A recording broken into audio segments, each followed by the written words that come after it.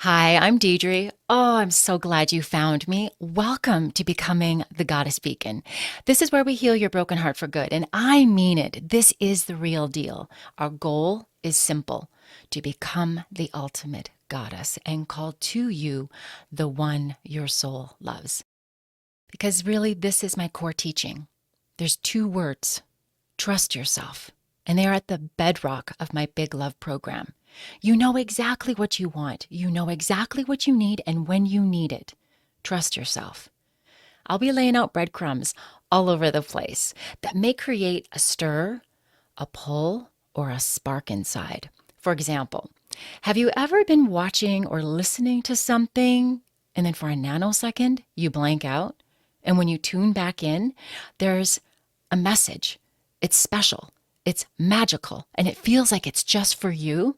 That's a breadcrumb, my goddess, and it's a magical moment. So make sure you always have your journal nearby. By writing down that magical message, you're claiming it. You're saying, that's mine. Now, if you want a journal that was made with the goddess in mind, you can get my #1 digital download, the Goddess Beacon Journal, for free right now at unionblueprint.com. That's unionblueprint.com. Now, what I really love about being a feminine goddess is how powerful our intuition really is. And when we listen, oh, the adventures to be had. So go have that adventure, claim those magical messages, and be curious about your delicious unfolding. This show is for those who seek the ultimate partnership, a power couple partnership.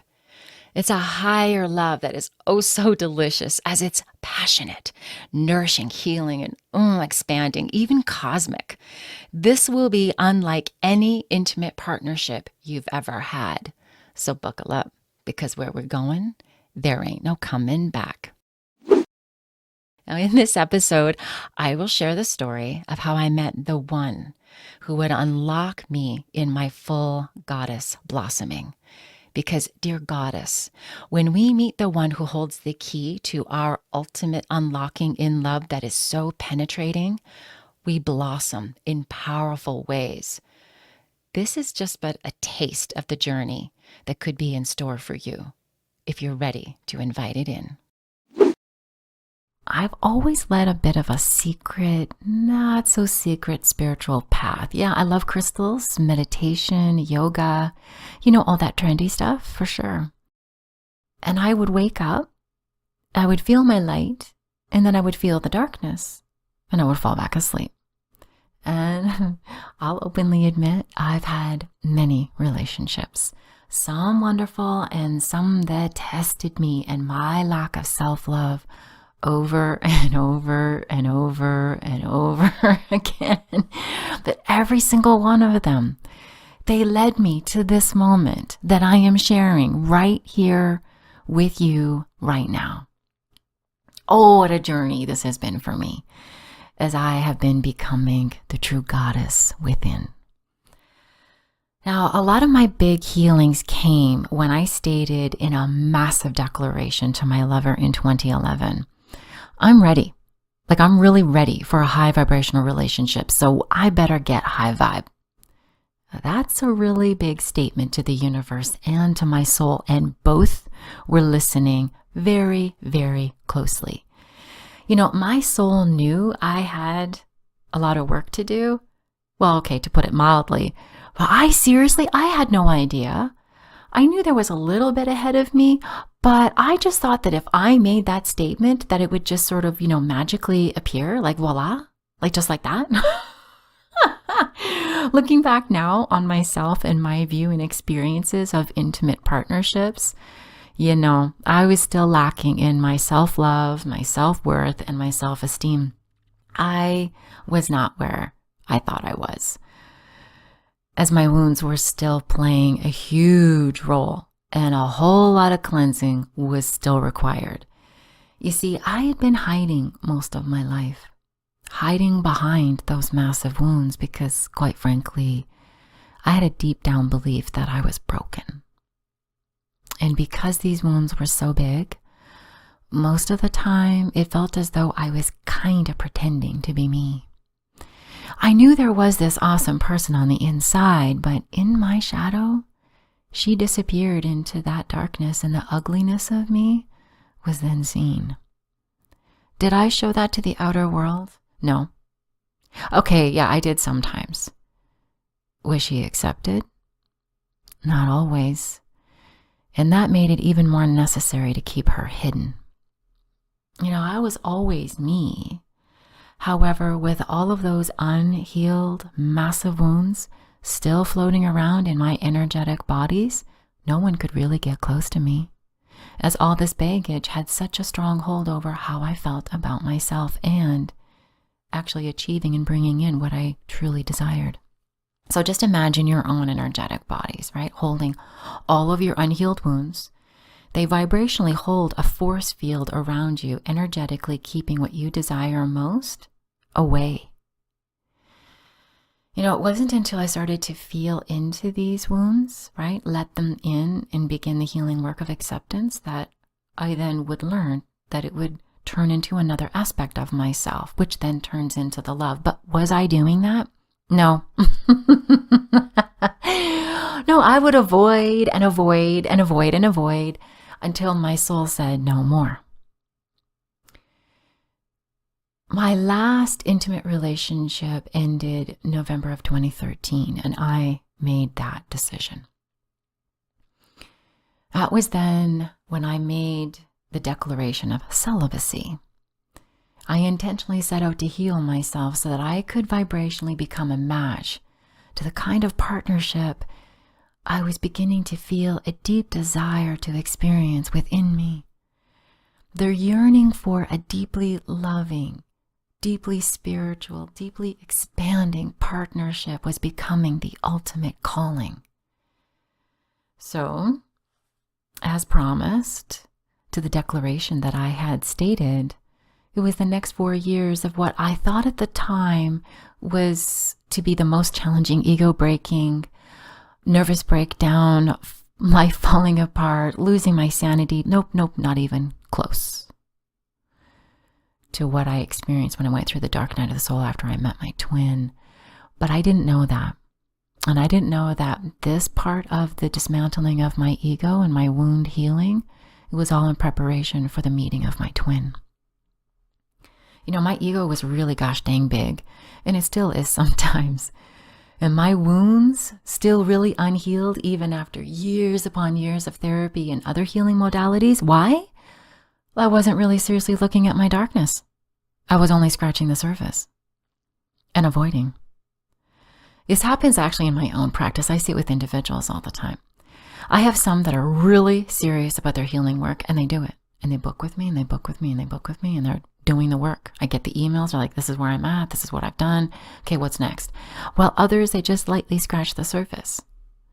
It'll be later. It's all good. They'll connect with me later. Usually it's about a year or two, and that's when they become serious about their healing path, because that's when they come into alignment with the truth inside that they're ready to embrace a fully committed partnership of this caliber.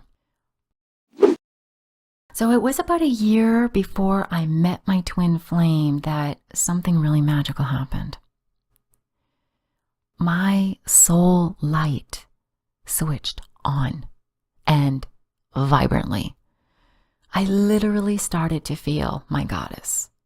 And for the first time, this was so yummy delicious to feel this goddess energy, as I had literally been switched off in darkness in those 4 years. Okay, not just 4 years. There's actually most of my life.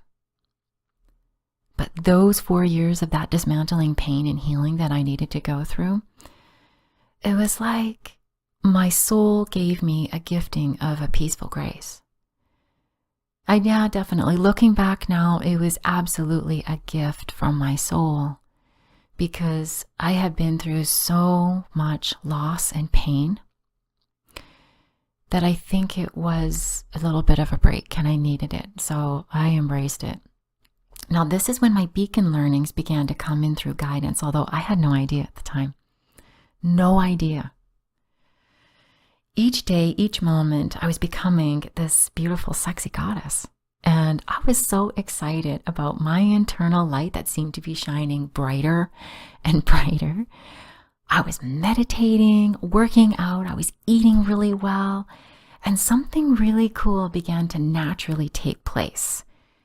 I would have these special rituals around oiling my skin in the most intentionally loving way.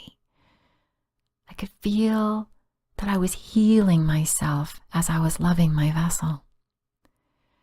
I was doing more and more of this, you see, because another feeling within was starting to bubble up.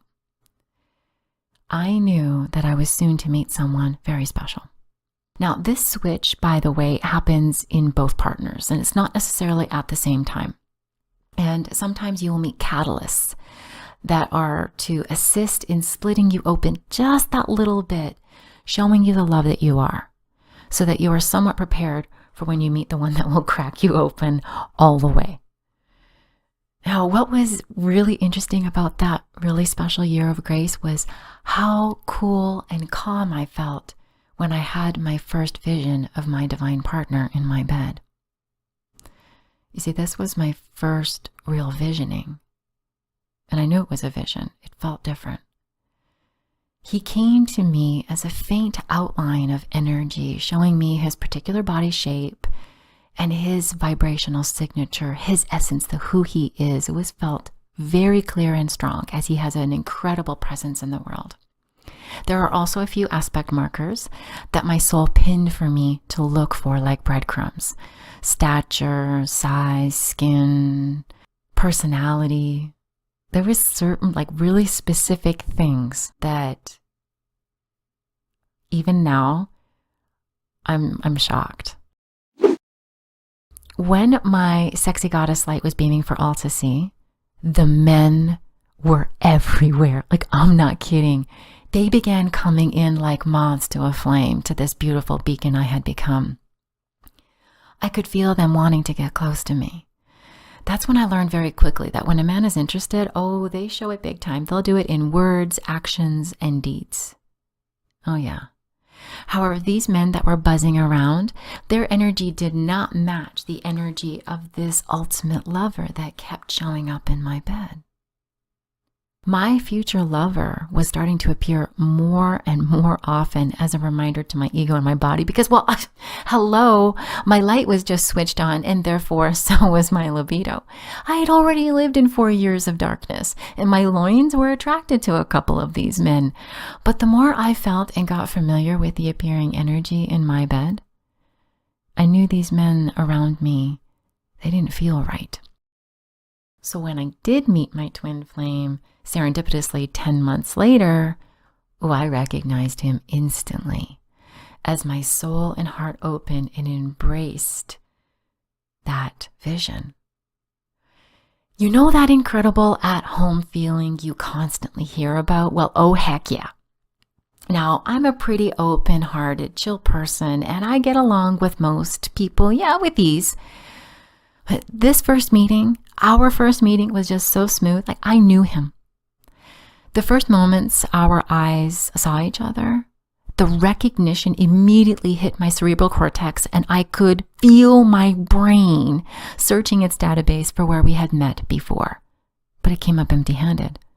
And I have no idea how long I stood there for, looking at him, waiting for my brain. So I believe I had to stop what seemed to be like an eternity for me of this recognition database search. And I walked up to him and I shook his hand. "Hello, I'm Deidre," I said. He smiled and replied, "We'll be meeting in this boardroom," as he pointed down the hallway. "Can I get you anything to drink?" Well, as I turned and walked in that direction, he immediately followed and walked behind me. Well, holy crap. All I could feel was his energy all over me, especially his eyes. I could feel him scanning every inch of my body, and it felt hot and laced with desire. Now, I had gotten used to this feeling from these other men that were buzzing around me since my light came on, but this was much more intense. And the really interesting part is that it felt familiar. So once in the boardroom, he sat down and said to me, "I've been so looking forward to meeting you." Wow, I could feel his excitement wash over me. And so I received it as a compliment. I thought it was just because of my skill set. My resume is quite dope. So I thought it was that, but really it was laced with something else. Now, in our meeting, time stood still. Like even now, I can't believe, how easy and effortless it was to just sit in front of this person that I had never met before.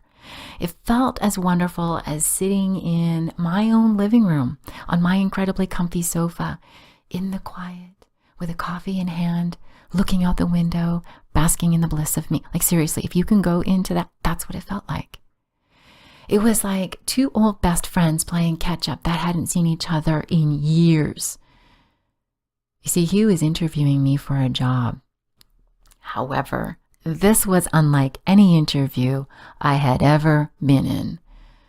We shared passions and stories of our personal victories, our skills, work experiences, and dreams. We did. There was a bit of an interview in there, but not really. It was so easy being with him. And the conversation, the energy, it just flowed so naturally and openly. I didn't want it to end. And I could feel that neither did he, until the big boss walked in and asked if the interview was still ongoing. I think at that point it was almost 2 hours. Well, after the interview, I walked out of the boardroom and he was in front of me, I believe, trying to remember. I didn't write this detail down in my diary. But when I came out, there was a whole bunch of men from the office that were kind of gathered around. I guess they're like interested to see who this person was that he was in this 2-hour meeting with. They were all smiling at me and I was like, "Very nice to meet you and look forward to seeing you again." And as I walked out, I could feel his eyes all over me, but even more intense than before. And yes, I loved every second of it. And so to ensure he could feel me, I pulled in and projected out my goddess qualities while I opened myself to receive his warmth inside of me. But once in my vehicle and once out on the road, I called my best friend in total excitement. I'm like, "Chloe, this was the craziest interview I've ever had," I said to her. And when I pulled into the parking lot, I told her, it literally felt like I was home. This place feels like home. And I know this job is mine. Did I get the job? I sure did, as he fought to have me hired. So listen to this. During the negotiations, it got even more interesting, as with every email and every phone conversation, it was unlike any other I've ever had with a soon-to-be boss. Even at one point, I said to him, "Don't let me get away." As the negotiations were going on, and his response, "I'm trying really hard not to let that happen." It literally felt to me like we were supposed to come together, like this was supposed to happen. And I feel that he felt the same way. But who the hell says these kinds of things to someone that they just met weeks prior? Like seriously. But it all felt so natural and in perfect timing, and it felt so gosh dang right. So first day on the job, he wasn't there. But he had it set up that another teammate would walk me through what to expect and introduce me to people and all of that. And this teammate, he would become a wonderful supportive sounding board to my unraveling. Okay. Let me explain. The teammate that I met that first day, he was going to be a key person to me in this first phase of my twin flame path. Although I had no idea that was the path I was on at the time. And we were able to create quite a healing friendship. And it was so wonderful for me, as he was open to the woo-woo, and he would listen to some of this crazy ass shit that I was experiencing between me and my twin. And I am so grateful that divine placed this person to be there for me, to support me as my emotional landscape was so harshly challenged. So of course, everything was normal, right? First few days, as any new job would be. And I figured out quite quickly that the whole company was full of a crazy motley crew. It was going to be a lot of fun being there, but it was a whole mishmash. There was no synergy. They were all like big clumps of clay stuck in their ego mold. Like we're talking massive ego molds here, which actually was perfect looking back now, is it allowed both of us to expand in our light. Now, this is when it started to get really interesting. I think it was probably about the end of the day, and he came in. He had just been out in the fields and he sat down. But hot damn, when he sat down and I looked at him, all I felt was total connection. And to my surprise, I was totally turned on. There he was, totally tanned from being out in the sun, black t-shirt, jeans, shit, I was in trouble. How are you getting along? He asked. Again, I pulled in my goddess and I projected her out for him to see while I gave the details of the last few days. It would be in a group meeting maybe a week later that I then mentioned that, all bosses take their new employees out for lunch. And he was like, what? Really? I'm supposed to do that? And everyone was like, yes. I think it was the same day that he agreed to take me out. So we did. And on the drive to the restaurant, we shared a bit of our personal lives. Okay, not a bit. No. Because it was maybe like a 10-minute drive. So in that 10-minute drive, okay, and this is how comfortable we were with each other. He shared his struggling marriage and that he was feeling he was in a bit of a midlife crisis. And so I mentioned that I have a practice as a relationship and intimacy coach. And so I shared some suggestions to improve the situation. Yeah, I did that. Why? Because we just met. And that's what you do. And he's married and he's off the table. Like nothing's going to happen, right? But once at the restaurant, my twin did something so incredibly weird. Yeah, I'm just going to say it. Okay. It was really, really, really weird. It was a really beautiful sunny day. And so, of course, I wanted to sit outside on the patio. He agreed. And when the waitress showed us what was left, because, of course, it was almost full, there was sort of like 2 tables with 4 chairs, 2 small tables. And so we're like, yeah, that'll be fine. I sat at one table thinking that he was going to sit across from me. No, he sat at the other table next to me across, but diagonal. So we spent the entire lunch talking diagonally. I found this so strange, okay? So fast forward, okay, to our confession conversations when I asked him about this, and I'll release this, of course, in a future podcast. He admitted that even back then, his pull to me, his attraction to me was so strong that he felt that if he'd been sitting in front of me, he would have grabbed me.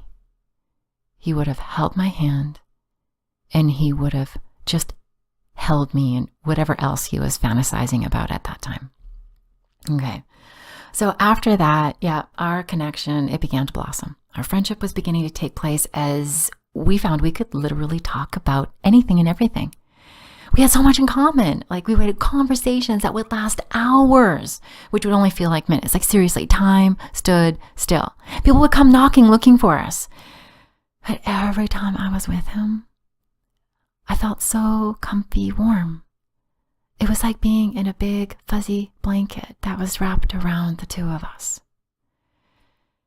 Now, as we spent more time together, I started to notice that my anxiety started to come back full swing. It started little by little, but when I was with him, I began to feel these huge waves like crash over me that came from him. Truthfully, it was really overwhelming, and I would have to excuse myself. My heart would pound uncontrollably, and my nervous system was so engaged in these waves, I felt like I was being zapped energetically. I told him I had to take a couple days off. And I did. I rebalanced myself. Yeah, and once I came back, it was good. It was okay. But the connection was even stronger. And that's when the flirting really began to come in. Our conversations, they just flowed so freely. And the attraction was palpable. When we would chat on the phone at work, as I would give him updates on decisions and actions I was taking, I could feel him being turned on by my organization and my authority exercised. I even made a point to mention this to him, and I said, I can feel that you liked what I just said. Yes, he said. How? How can you feel that from way over there and over the phone? Well, that's when I told him of my awareness of being able to feel people. Oh, my ego really liked taking ownership of that. The truth is, I never felt anyone the way I felt him. You know, it's one of the reasons why I opened up my coaching practice in the first place is because of my innate ability to feel what my clients were feeling. It really allowed me to guide them even stronger toward the healing. However, this was so very different. With him, it was like it was happening inside of me. It was like it was me, but it was him having the experience. In one conversation, at the end of our usual update on the project status, he blurted out, "We should have lunch when I get back." "Yes, I'd like that," my goddess replied. "When will you be back?" Again, in his super sexy voice, like seriously, his voice, when I hear it, I vibrate. His voice does something to me. It's so powerful. And he asked me, "When do you want me back?" "Soon," my goddess growled. But holy shit, once off the phone, waves of excitement with intense surges of the intriguing possibility of spending more time together just swam in my veins for the next few hours. Looking back at all of that energy exchange, it felt like it was a date. What was going on? Even then I was writing that and wondering, like, what? And that's when my unhealed insecurities were starting to make an appearance. And so that's why I was like, okay, no, I'm pushing this away. Okay, I tried to. As I knew I couldn't go down this path with him. These are huge freaking obstacles, and they're there to show us that we're not supposed to go there. He's married.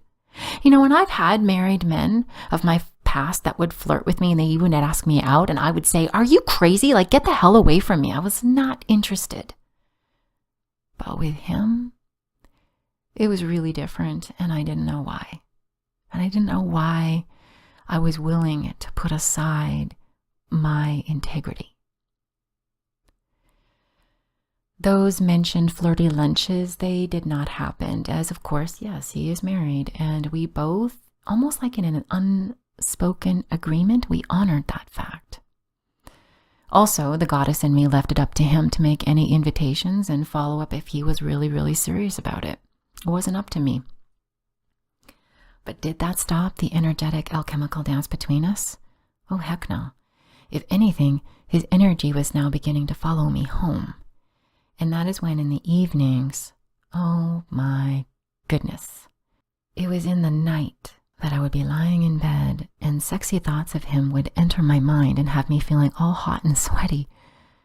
It was like I could feel his thoughts of me all over my body. They were not my thoughts. They were his. And I could feel his thoughts kissing me, holding and touching me. And I would feel a warm, energetic swirling around my root chakra. Wow. I'm going to tell you, did I fight it? No. Because it all felt natural, and I welcomed it with every fiber of my being because I'm alone in my bedroom. I can experience this fantasy. I'm not hurting anyone. Well, we would have nights upon nights upon nights of these energetic, intense, desirous exchanges where it literally felt like we were having them at the same time, feeling each other. I didn't know if he was feeling it. I just knew that there was something going on, and it was different. I didn't know what I was going to do. But this heat, it drove me to take action. And so, of course, I would pleasure myself and I would release all of this crazy desire. I couldn't hold it. I never felt this much heat and desire inside of myself. It was like Yes, I was experiencing it for 2. I'd get maybe a handful of hours of sleep in the night, and surprisingly, my alarm would go off at 6 and I would feel refreshed and ready to be up and begin the day with newfound energy. I don't know how the hell I did it, but I did it. Well, fast forward a couple of months, okay, with all this delicious energy filling me and expanding inside of me, I was becoming a little concerned as I could feel myself falling for him. Thoughts of leaving my job and finding a new one were starting to pop up, but with the massive downturn in our economy, finding another job wasn't going to be easy. I was already up against 750 plus resumes when I applied for that job. So after one team meeting, I asked if I could speak with him alone. Sure, he said. Now, of course, I briefly scripted out what I was going to say prior, but oh my God, I was so nervous. So when I spoke, out of my mouth came probably just a crazy, nervous chatter of a whole bunch of words, but it sounded like this in my mind. I can't believe I said this, but I did. I'm about to share something with you, I said to him, and I'm hoping you won't slap me with a work harassment charge. I find myself to be very attracted to you. That's what I said. And I find that in our conversations, I am flirting with you, and I enjoy flirting with you, and it seems and it feels as though you are flirting back. Now, before I get ahead of myself and I am possibly reading into something that may not be mutual, well, because I could be imagining that we have a shared attraction, but it could be just my attraction to you. So I wanted to clear the air, and I wanted to discuss this before we continue our work together. And of course, this is all coming out. Like it's not smooth and calm like this, okay? It's all like blah, blah, blah, blah, blah, blah. That's what it feels like. That's what it felt like. So he interrupted and stuttered out, Deidre, I feel the same way. Well, holy shit, my mind exploded into a total rant that blurted out of my mouth saying, I don't want an affair, and we need to create some ground rules of how we're going to handle this. I agree, he said. And then he went on to say that he's been thinking of moving out on his own, and even thought about making some space for my son as he was looking at apartments. My heart melted. I am sharing this with you as sort of like a Cole's Notes version.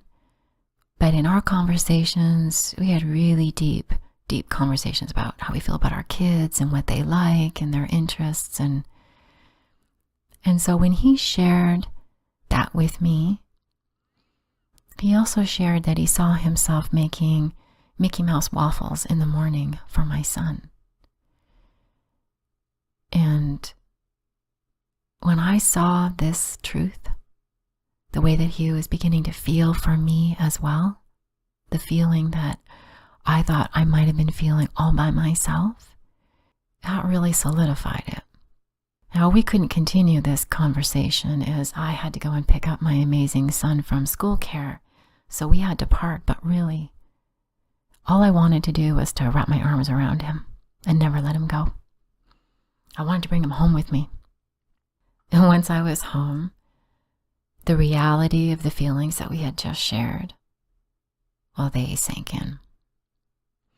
How the hell are we going to get through all of the obstacles that were before us? See, there's a lot of obstacles. A lot. So, of course, as soon as I got home and while cooking dinner, I called my best friend. I told her everything that my 3D self understood at the time. Chloe, I have fallen for my boss. What do I do? Tread lightly, she said. Tread very lightly. All right. Join me in the next episode where I will share with you how we navigated our shared emotions and what our souls now had in store for us. Well, holy shiitake mushrooms, it was bloody intense, okay? So again, I still had that silly notion of boy meets girl and they fall in love and maybe they'll ride off into the sunset together. Gosh, what a 3D newbie I was to this most divine transformation that was ahead for both of us. So please feel free to comment down below. And if you have any questions regarding your twin flame or any experiences you're having, let me know and I'll answer. If you have met your sacred partner, you are on the path of physical union. So stay on that timeline and welcome the union doors as they appear, as when you feel the union, the true, pure alignment of your soul as one, feel it, live in it, as this is where your partner will look for you and will find you. It is my pleasure to share my insight gathered from my practice with singles and couples as they all walk their own path to union. It is my honor to walk your union path beside you, cheering you on as you embark on the greatest love adventure of a lifetime. So much love and light to you all. Namaste.